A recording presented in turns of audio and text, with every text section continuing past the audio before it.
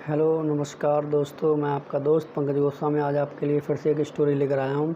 सबसे पहले आपका स्वागत है मेरे यूट्यूब चैनल पुरानी यादें फ्रॉम पंकज गोस्वामी। दोस्तों, अगर आपको मेरी ये कहानी अच्छी लगे तो मेरी कहानी को लाइक करें, कमेंट करें और शेयर करें और मेरे चैनल को सब्सक्राइब ज़रूर करें।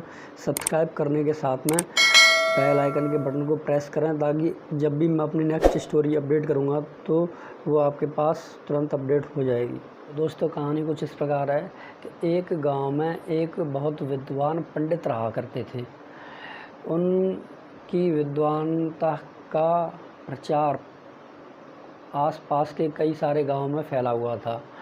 तो किसी एक व्यक्ति को उसके बारे में पता चला कि ऐसे ऐसे करके एक विद्वान है, तो उनकी एक परीक्षा लेते हैं कि वास्तव में वो विद्वान हैं या फिर वैसे ही ढोंग फैला रखा है उन्होंने। तो वो पंडित जी से पूछता है कि पंडित जी, मेरी पत्नी गर्भवती है 8 महीने की और 1 महीने बाद उसकी डिलीवरी हो जाएगी। तो क्या आप मुझे बता सकते हो कि मेरी पत्नी के गर्भ में लड़का है या लड़की है, क्या है? मैं जानने का इच्छुक हूँ, इसलिए मैं आपके पास आया हूँ। कृपया मेरी समस्या का समाधान करें।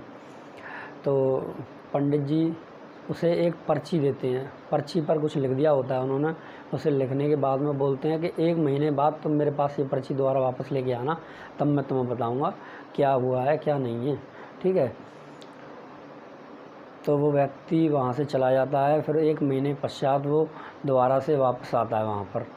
फिर वह पंडित जी से पूछता है, पंडित जी आपने बताया नहीं और ऐसे ऐसे 1 महीना बीत गया, आप मुझे बताओ कि मेरी पत्नी के क्या हुआ है, मैं आपसे पूछना चाहता हूँ।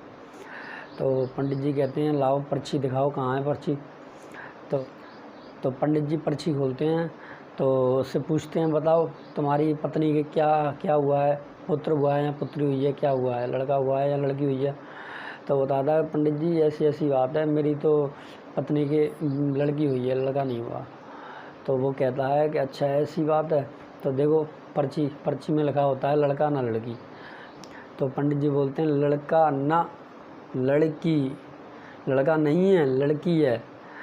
तो फिर थोड़ी देर पश्चात वो जो व्यक्ति होता है वो बोलता है, नहीं नहीं गुरुजी, मैं तो मजाक कर रहा था, मेरा तो लड़का हुआ है, लड़की नहीं हुई है।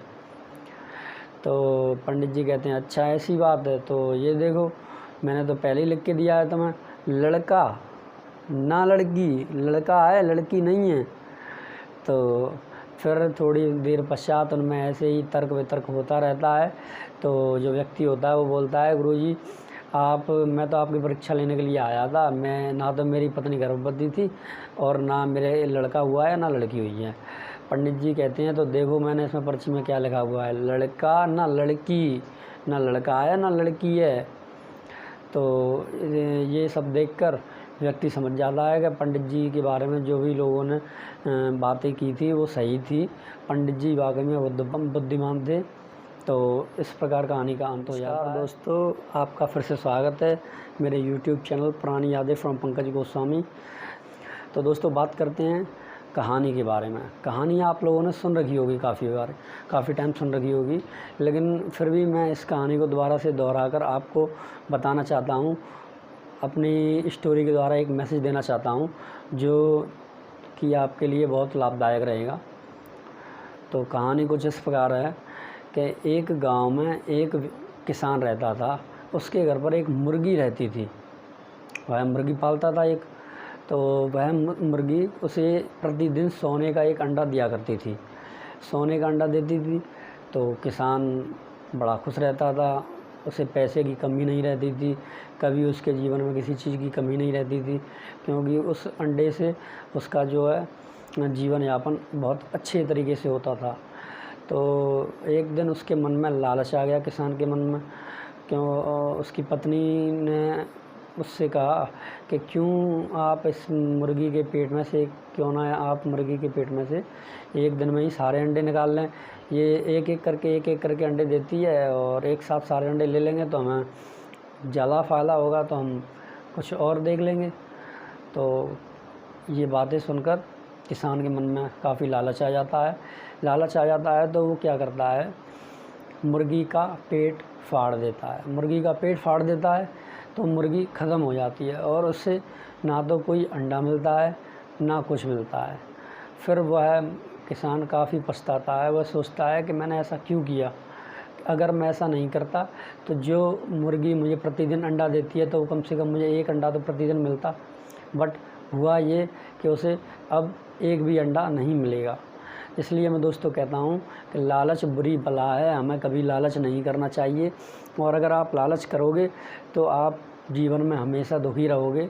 लालच करने से आदमी कभी सुखी नहीं रहता है। जिस प्रकार किसान ने लालच किया और उसे अपनी गलती की सज़ा मिली, उसी प्रकार हर किसी को उसके लालच की सज़ा मिलती है। इसलिए दोस्तों मैं फिर भी आपसे कहूँगा कि लालच ना करें और अपने जीवन को अपनी मेहनत द्वारा श्रेष्ठ बनाएं, अच्छे कर्म करें, अच्छा जीवन व्यतीत करें। ठीक है दोस्तों, मिलते हैं नेक्स्ट वीडियो में। अगर आपको मेरी वीडियो अच्छी लगी तो मेरी वीडियो को लाइक कमेंट शेयर ज़रूर करें और तब तक के लिए टेक केयर, अपना ध्यान रखें। मिलते हैं नेक्स्ट वीडियो में। Bye bye.